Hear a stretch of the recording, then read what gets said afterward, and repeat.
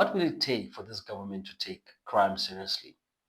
At what point does this ANC government sit back and say, guys, we need to do something about crime? Because it seems like with the ANC government, everything's fine. The country is prospering, everybody's safe. While on a daily basis, we are dealing with very, very, very shocking crime stats.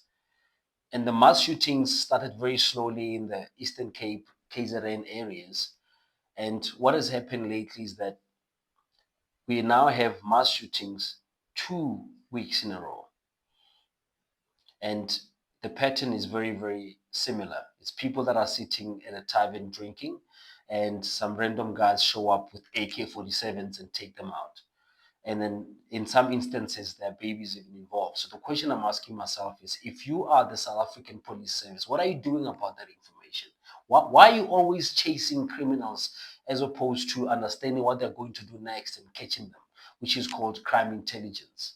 At what point does this government take crime seriously? At what point? At what point does it take crime as something that has to be done, as something that has to be stopped to protect the lives of its own citizens? At what point? Because I'll tell you something now. Over and above the mass shootings, at what point does the government, at what point does law enforcement take the issue of hijacked buildings seriously? In Joburg, we don't have 10 or 20 hijacked buildings. There's 100, 200, 300, 400 hijacked buildings in one city. And some of these buildings are government-owned buildings.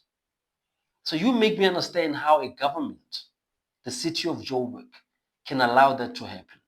At what point do you take responsibility as a government and say, no, enough, we need to take our buildings back? How many housing opportunities are there? We've got a housing problem in Joburg alone, in Gauteng alone. But you are letting go of assets that belong to the government and you are handing them over to criminal elements. How many kidnapped kids are in those buildings? How much drugs are being moved in there? Brothels, prostitution, human trafficking.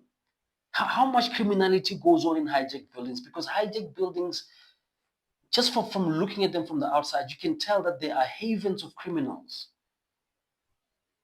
But our government does nothing about it. At what needs to happen for the government to act on crime, act on corruption, act on robbery, act on immigration, act on people getting killed on a daily basis, act on extortion against businesses? At what point does the government do anything? At what point?